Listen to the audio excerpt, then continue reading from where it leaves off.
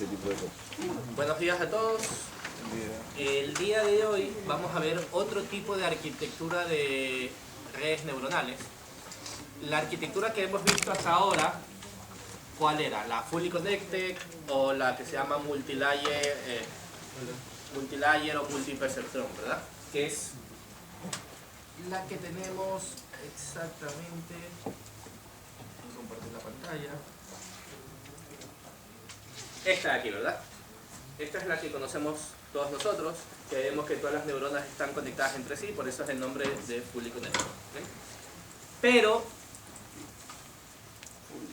el día de hoy vamos a ver otra arquitectura, que es esta de aquí. ¿Verdad? Se dan cuenta, ya no es muy parecida a la anterior, ya no tenemos esas neuronas todas conectadas entre sí, sino lo que estamos viendo son como bloques que están intermedios. Entonces vamos a entender esta red neuronal. Al final vamos a ver que el comportamiento es lo mismo. Lo que queremos es que la red neuronal aprenda algo. En la Fully Connected, ¿qué queríamos que aprenda? ¿Qué era lo que queríamos que aprenda en la Fully Connected? No, los pesos, ¿verdad? Los pesos eran lo que aprendía. Aquí lo que vamos a ver es que lo que queremos que aprenda es algo llamado filtros. ¿Ok? Va a aprender los filtros.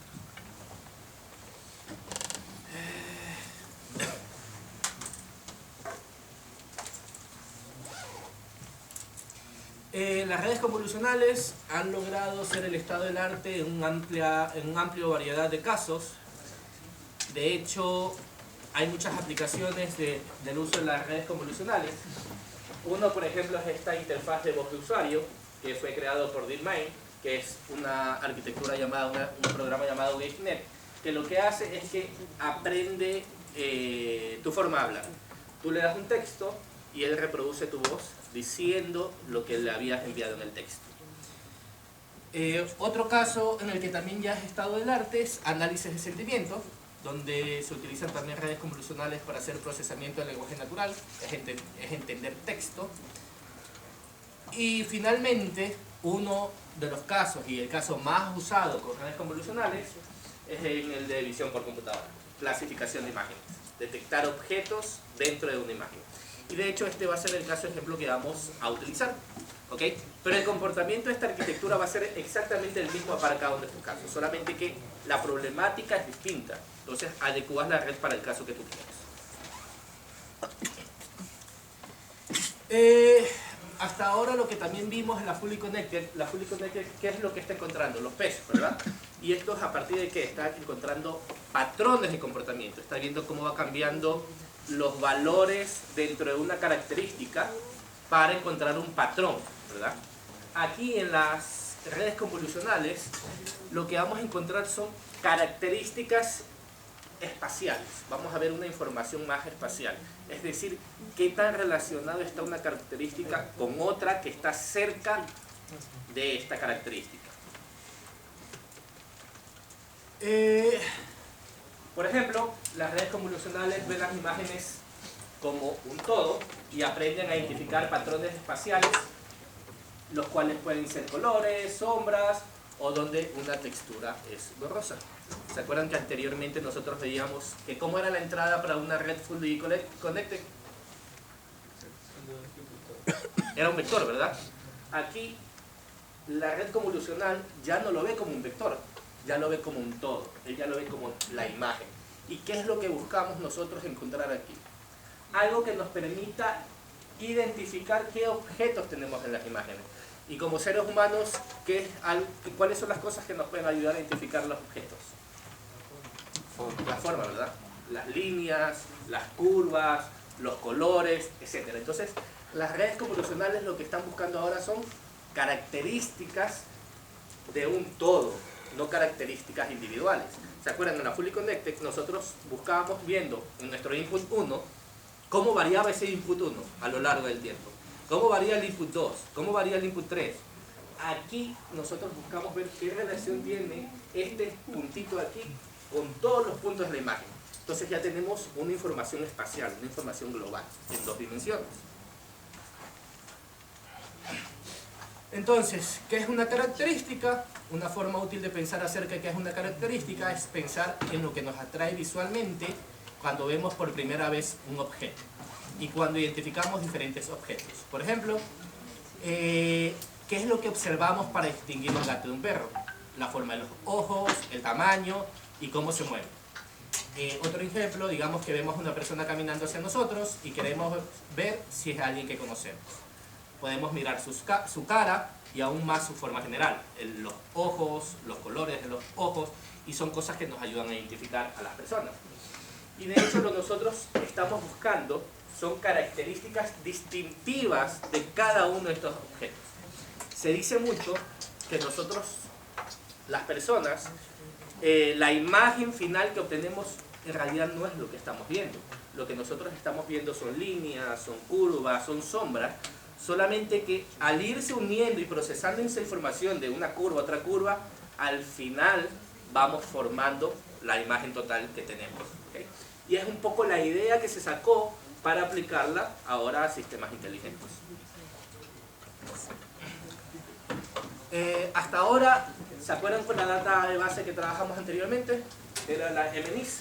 Lo que teníamos eran números escritos a mano y nuestra misión era identificar cuando un número escrito a mano era un 0, un 1, un 2 y así hasta el número 9, ¿verdad? Aquí les puse un link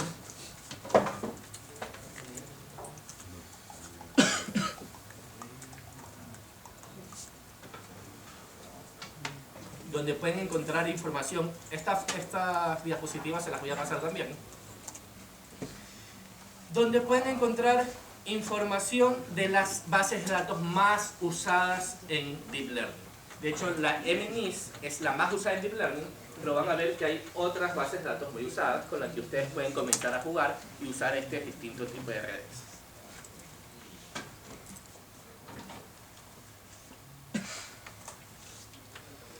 Bueno, ¿cuál era nuestra misión cuando nosotros utilizábamos una Fully Connected? ¿Verdad? Nosotros queríamos diseñar un clasificador que tome una imagen, que fue lo que hicimos con la Fully Connected, de un número escrito a mano y produzca una clase predicha para dicho número, ¿verdad? Nosotros queríamos introducirle este número a esta red neuronal Fully Connected y que al final nos indique, ¿sabes qué? Tengo una alta probabilidad de que sea un 5. Para eso nosotros esta imagen, como a la Fully Connected, ¿qué le podía pasar un vector? ¿Qué le hacíamos? Le hacíamos un split, ¿verdad?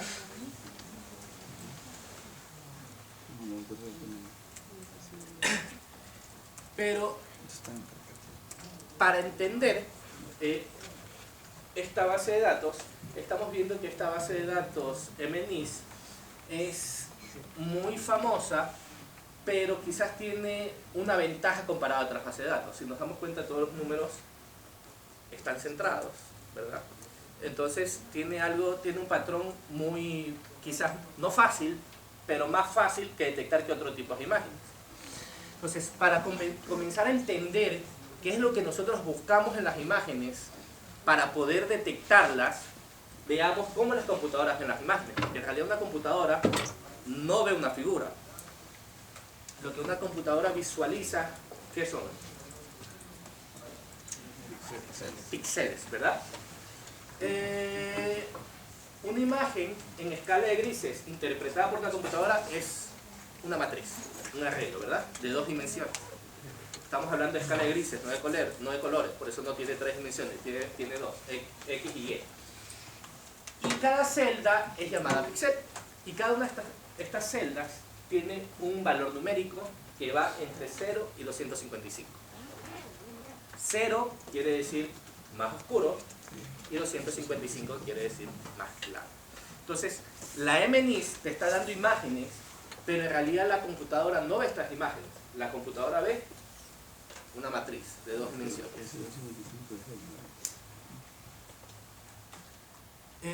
Además, la MNIS ya te da estos números normalizados, ya te los ha preprocesado. Es decir, que ya no tenemos valores de 0 a 255, sino que ya te los ha normalizado de 0 a 1. O sea, ¿sí se acuerdan que era muy bueno normalizar? Porque te ayuda al entrenamiento. Entonces, ¿por qué nosotros no normalizamos? En normalización es un paso importante que asegura que cada entrada, cada valor del píxel en este caso, proviene de una distribución estándar. Y al tener esto, nos va a ayudar a entrenar mejor los algoritmos, porque no van a estar tan dispersos. Comúnmente, van a ver más adelante que en las imágenes, nosotros le estamos dando una desviación estándar y una media de 0.5 a nuestras imágenes. Es un dato común usado, pero es un valor con el que ustedes pueden jugar o que ustedes pueden tomar del estado del arte. Entonces no es un valor fijo, pero la intención es que todos los valores que tengan dentro de una imagen estén normalizados. Por ejemplo, así se veían las imágenes después de estar normalizadas. Y lo que nos damos cuenta que después de normalizar las imágenes, las figuras quizás cambian un poco, pero igual conservan las características que permiten identificar a los objetos en la figura. Igual las conservan. Entonces, aún así normalizando los datos, que normalizar en realidad estamos cambiando los números que están dentro de los datos, aún así nos permitirían identificar los objetos que tenemos dentro de una imagen.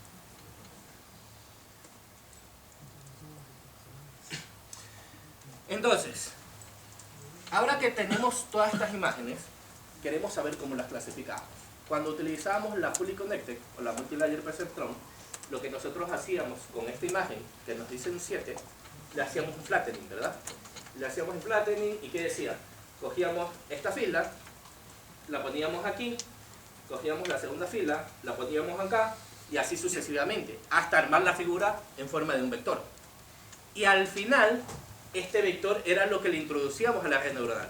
Entonces, la red neuronal, ¿qué iba a hacer?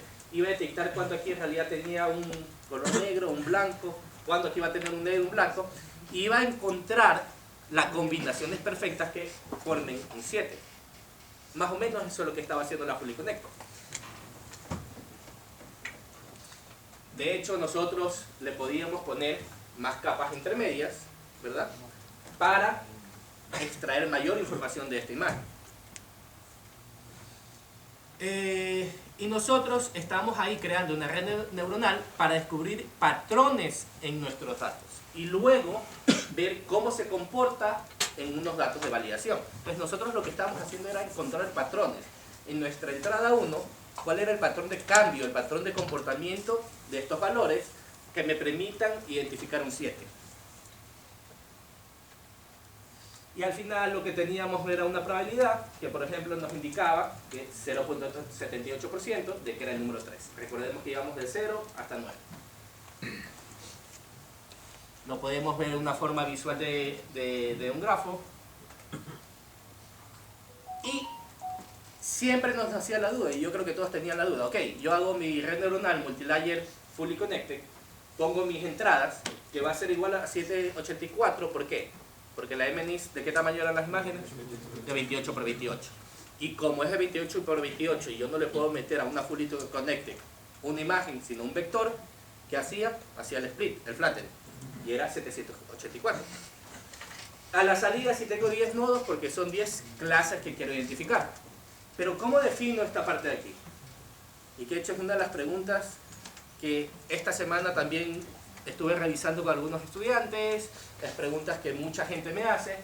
¿Cómo definimos cuántos nodos tiene cada capa intermedia? ¿Cuántas capas intermedias poner? De hecho, ¿qué más debemos definir? ¿Qué learning rate usar? ¿Qué más vamos a definir? ¿Qué función de optimización? ¿Qué función de costo? Hay muchos hyperparámetros que debemos definir nosotros. Entonces, lo ideal, ¿qué creen que es lo ideal? Que eso es atendido, el entrenamiento sea no tan vigilado. ¿Cómo no tan vigilado? Sin definir tantos parámetros.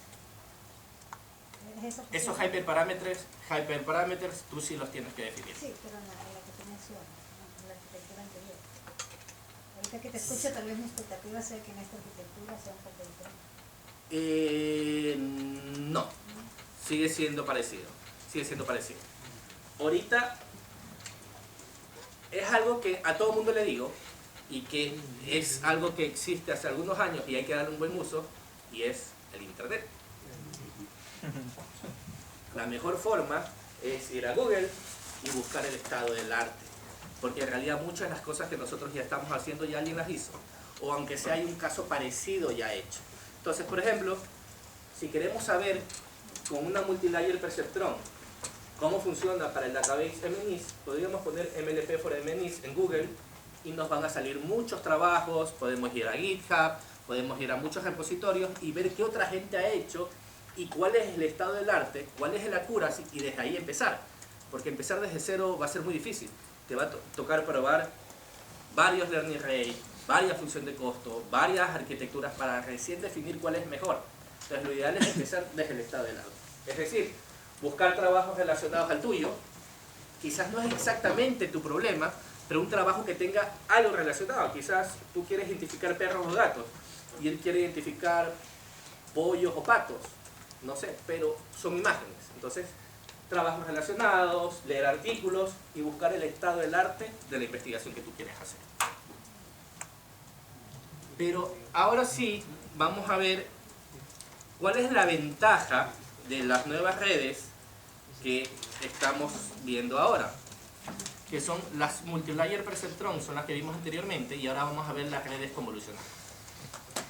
Cuando veíamos esta base de datos MNIST, les decía, es una base de datos donde todos los números están centrados, ya están normalizados, quizás identificar el número es un poquito más fácil, pero las imágenes reales que nosotros encontramos no son así, no son como este que ya está centrado, son así. El 9 puede aparecer acá, el 9 puede aparecer en la esquina acá, el 9 acá o el 9 acá, o de hecho puede cambiar de color de imagen. Aquí el 9 está blanco, pero acá el fondo es blanco y el 9 está negro, y acá vemos que los colores cambian. Entonces,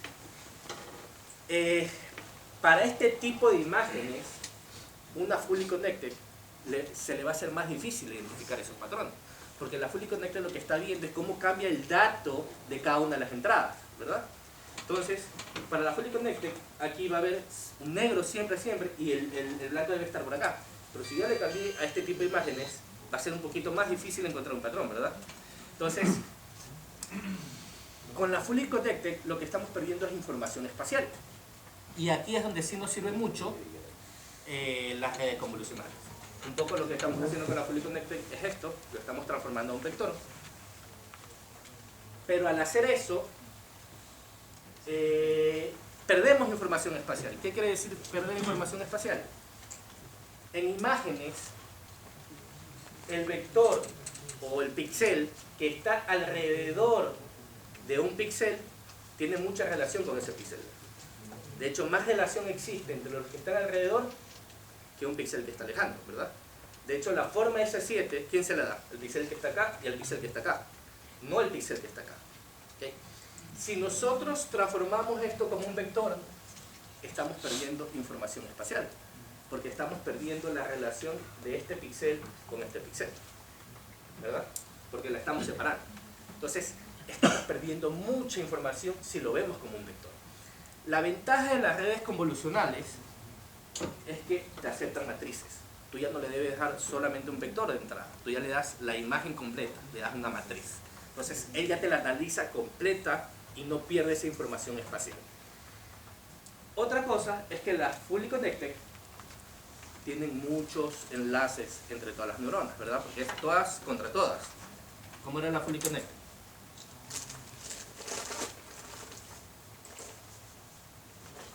Todas contra todas contra todas estas, ¿verdad? Entonces, de hecho, si analizamos la red neuronal que vimos la semana pasada, son casi 500.000 de pesos que debe calcular, porque son muchas capas intermedias, son muchas neuronas, entonces son muchos cálculos que debe hacer. La ventaja de las convolucionales es que no tiene tantas capas conectadas, no tiene tantos nodos conectados, entonces necesita menos conexión. ¿Y eso en qué nos ayuda? Menos overfitting, porque se acuerdan que cuando una red neuronal es más compleja, más overfitting. Al separar un poco más, menos overfitting, pero al mismo tiempo va a conservar la información especial necesaria para descubrir cuando hay un objeto en una imagen, y eso es lo que vamos a ver más adelante. Entonces, una red neuronal de las que vimos anteriormente hacia esta. la separaba, teníamos unas neuronas intermedias y teníamos una salida. ¿Verdad? Entonces, todos los nodos intermedios deben de estar conectados a todos los píxeles de la imagen. Hagámonos esta pregunta. ¿Ustedes creen que todos estos nodos deberían estar conectados a todos los píxeles de la imagen de esta forma para detectar que es un 7? No, ¿por qué no? Debería coger solo lo que está alrededor del 7. Alrededor del 7, ¿cómo? Yo diría, ¿Y cómo él sabe que está alrededor del 7? porque detecta el cambio de patrón. ¿Ya? Pero para detectarlo, Detecta la figura. pero para detectarlo tienes que... Debe haber algo atrás. Eso es lo que tú... Pero más o menos la idea que tienes está acertada. ¿Qué tal si nosotros el 7 lo dividimos en 4 regiones? ¿Okay? Y decimos, esta región es la roja, la verde, la amarilla y la azul. ¿Okay? Cuando nosotros le hicimos el flattening, ¿verdad? ¿Qué tal si decimos que esta neurona solamente se encargue de esta región de acá? Esta neurona se encargue solamente de esta región de acá, esta neurona solamente de esta región de acá y esta de acá. Más o menos nos quedaría así. ¿Okay? Entonces estamos diciendo que este filtro se encarga de detectar, o este nodo se encarga de detectar las características de esta zona, este nodo se encarga de detectar las características de esta zona, este nodo las características de esta zona y este azul de esta zona. Al final yo voy a unir las 4 zonas y al unir las 4 zonas voy a formar el 7.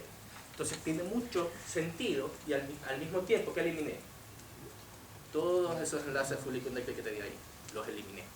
Entonces ya tenemos menos parámetros que encontrar. Cristian, una pregunta. Y al hacer eso, estoy eliminando enlaces que se podrían catalogar como redundantes, tal vez. Eliminas enlaces redundantes. Sí, ¿no? En realidad estás eliminando enlaces redundantes. ¿Pero por qué? En la anterior quizás sí te interesaba, porque tú necesitabas ver el cambio. Cada neurona le interesaba ver el cambio en este píxel. Me interesaba ver cómo cambiaba este píxel todo el tiempo. Ahora no me interesa eso. Ahora me interesa es ver este píxel, qué relación tiene con los que están a su costado. Este píxel, qué relación tiene con los que están a su costado. Y esa es la idea. ¿Por qué? Porque aquí tratamos de ver curvas, sombras, ese tipo de cosas. Ya no nos interesa el dato exacto, cómo cambia el dato exacto, sino esos datos que están formando.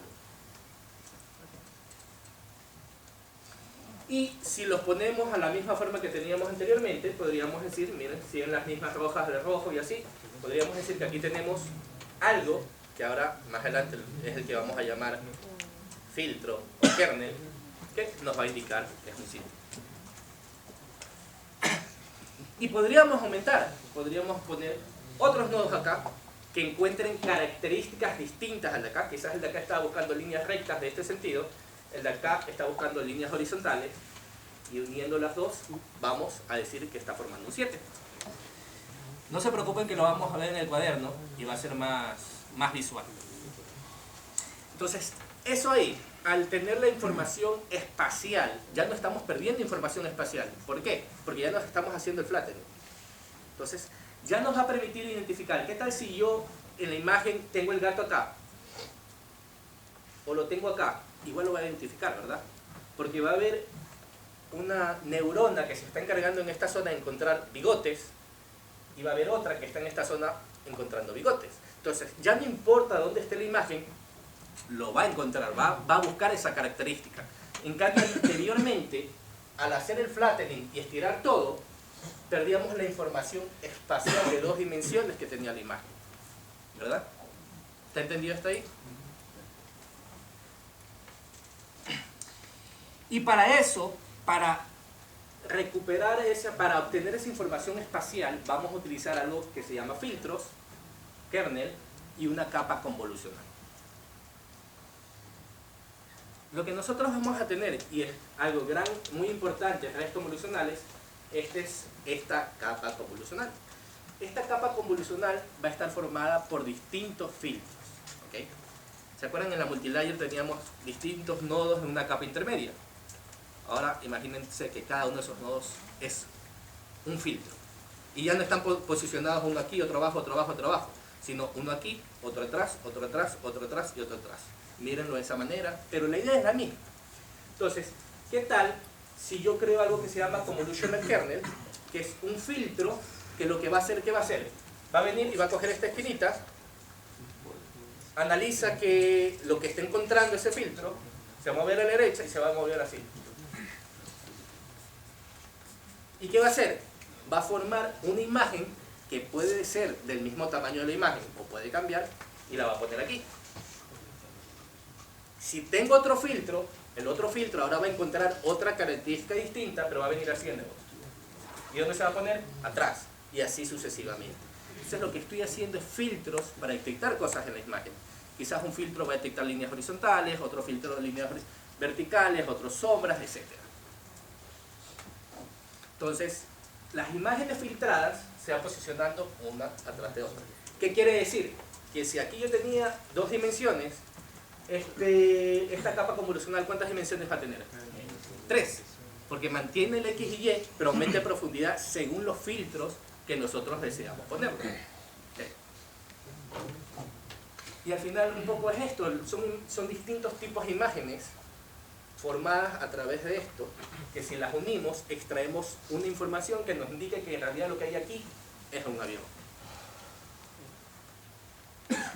Un poco como un ejemplo es qué tal que este filtro se encargaba de encontrar algo parecido a esto, este filtro algo parecido a esto y este filtro parecido a esto. Al final si uno las 3 formas que me identificaron los filtros, voy a obtener el número 6. Entonces, información espacial, cuando hablamos de información espacial hablamos de color o de forma. La forma también puede ser considerada como un patrón de intensidad en una imagen, y la intensidad es una medida de luz u oscuridad, igual que el brillo, y podemos usar este conocimiento para detectar la forma de la ¿okay? Entonces, una característica especial de las imágenes, ¿cuál es? Cuando hablan de computer vision es la intensidad del color. Cuando nosotros hablamos de frecuencia, nosotros podemos decir que aquí tenemos una alta amplitud de frecuencia, ¿verdad? Los cambios son muy rápidos cuando hablamos de frecuencia de sonido.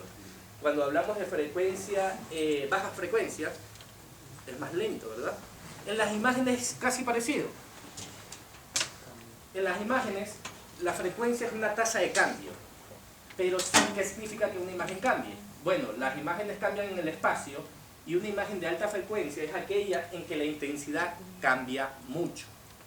Y una imagen con baja frecuencia es donde la intensidad no cambia mucho. Por ejemplo, en esta imagen de acá, donde yo veo que todo está nubloso, yo voy a decir que esto aquí es baja frecuencia, porque los cambios son suaves. Pero aquí, donde ya veo que hay un cambio extremadamente rápido de negro a blanco, es de alta frecuencia. Entonces, con un filtro de alta frecuencia, me va a permitir, ¿qué me va a permitir? Detectar estos cambios de colores, del negro al blanco. ¿Okay? Un filtro de baja frecuencia no va a encontrar esos cambios, porque el filtro de baja frecuencia lo que va a encontrar es cuando no hay tantos cambios. Entonces, ¿qué tal si le aplicamos filtros de alta frecuencia a esta imagen? ¿Qué vamos a encontrar? Algo parecido a esto, ¿verdad?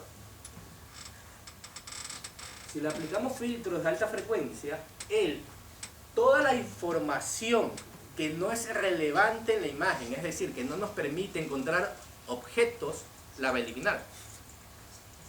Porque todo esto que aquí se mantiene en el mismo color, no define un objeto. ¿Qué es lo que define el objeto? Los límites, los bordes. Y los bordes los podemos encontrar aplicándole un filtro de alta frecuencia que nos vaya dibujando estas líneas acá. Y esas líneas ya nos van a poder identificar qué objetos tenemos dentro de una imagen.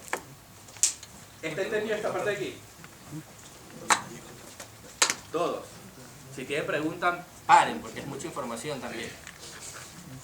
Entonces, lo que el filtro de alta frecuencia nos va a ayudar a hacer es eliminar toda la información que no nos sirve. A mí no me sirve saber que aquí hay algo azul y todo esto y que no tiene cambio. Pero sí me sirve amplificar las características de interés. Es decir, ¿Dónde cambia de azul a blanco? Que hay un cambio para que me detecte que ahí hay un nuevo objeto, que puede ser una nube. ¿Dónde hay un cambio de este negro de la llanta con este medio gris del suelo para que me detecte la línea de la llanta? Entonces, así ya puedo ir detectando imágenes. Esto es puro computer vision. Son técnicas que se han usado hace mucho para detectar objetos con computer vision. Y, por ejemplo, un filtro de alta frecuencia, lo que en realidad está buscando es este tipo de cambio. Un cambio drástico. Un cambio drástico y un cambio drástico también aquí en la planta, de negro acá. Y al final podríamos obtener esto. Este es un filtro de detección de líneas. Entonces, lo que estamos viendo es que vamos a tener filtros que nos van a permitir detectar características especiales de las imágenes y no solamente de un vector, sino de una matriz, características espaciales, ¿verdad? Pero un filtro de una que me detecte líneas verticales no me va a ayudar a encontrar todas las imágenes. Necesito muchos filtros, ¿verdad? ¿Y cómo sé cuál es el filtro ideal? ¿Cómo yo puedo describir cuál es el filtro ideal para mi red neuronal? Difícil. Entonces, ahora la misión de la red neuronal, ¿cuál es? Encontrar el valor específico de estos filtros. Antes, ¿qué hacíamos? Encontrar el valor específico de estos pesos W que nos permitían hacer líneas que nos separen un dato de otro. Ahora es encontrar el valor ideal de estos filtros llamados kernel que nos permitan identificar los objetos que hay dentro de una imagen. Eso es lo que está haciendo.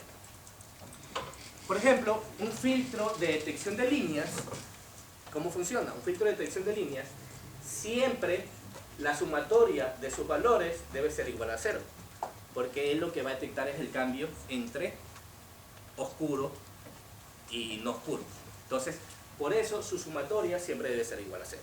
¿Okay? Uno de línea. Este es un caso de los filtros que hay.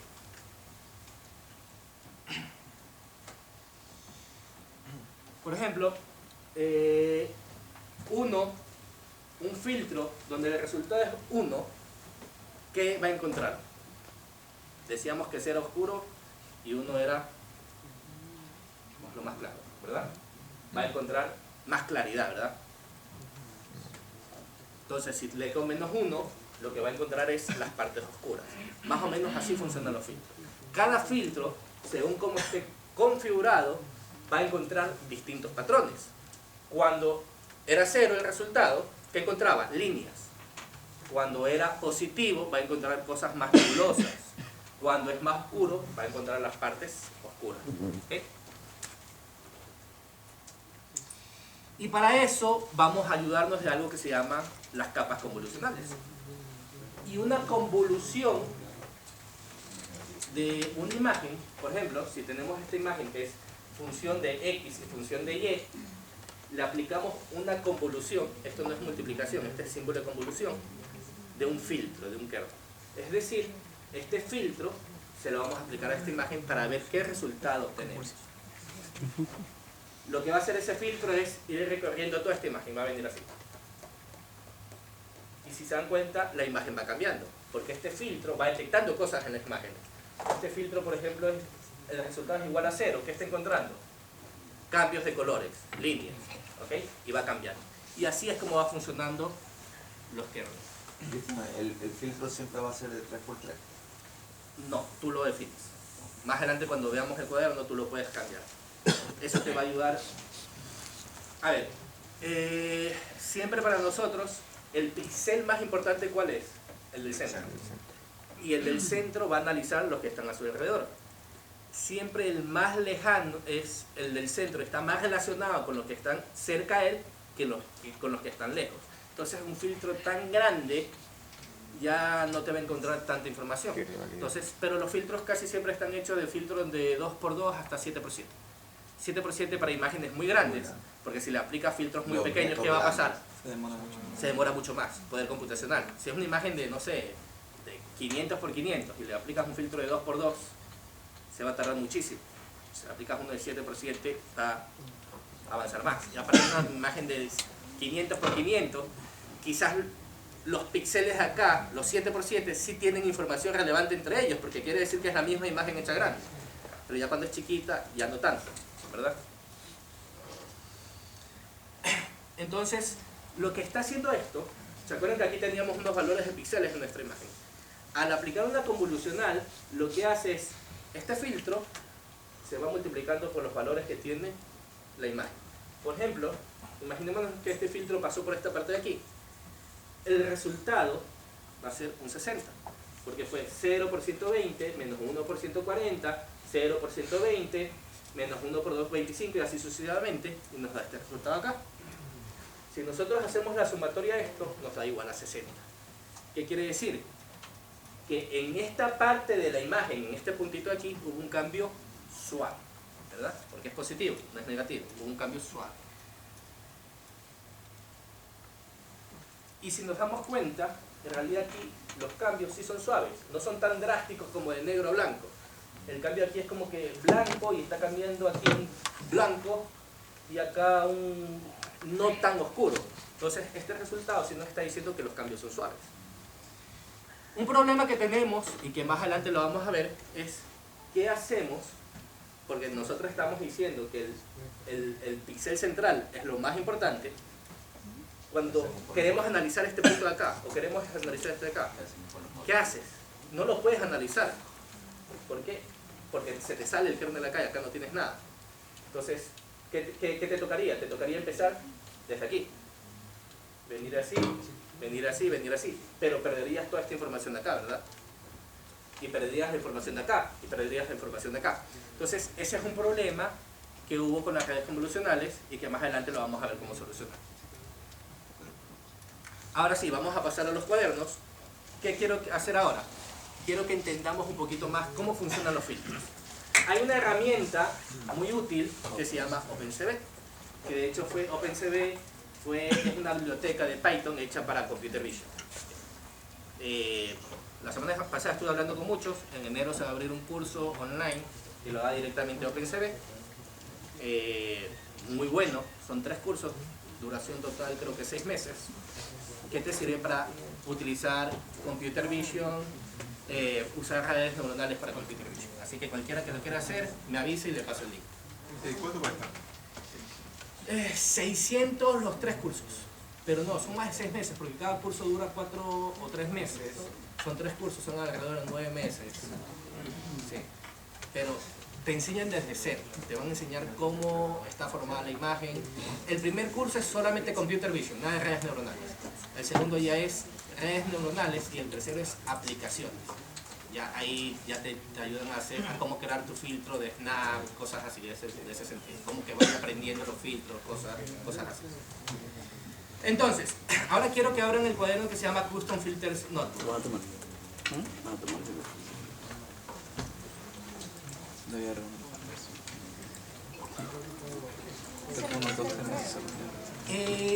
Hubo un correo que fue hace 3 semanas que estaba una carpeta seteada, pero igual aquí tienen un pendrive. ¿Cuál es? Donde empezamos a trabajar con Python. La carpeta, es con la carpeta que vamos a trabajar de aquí en adelante.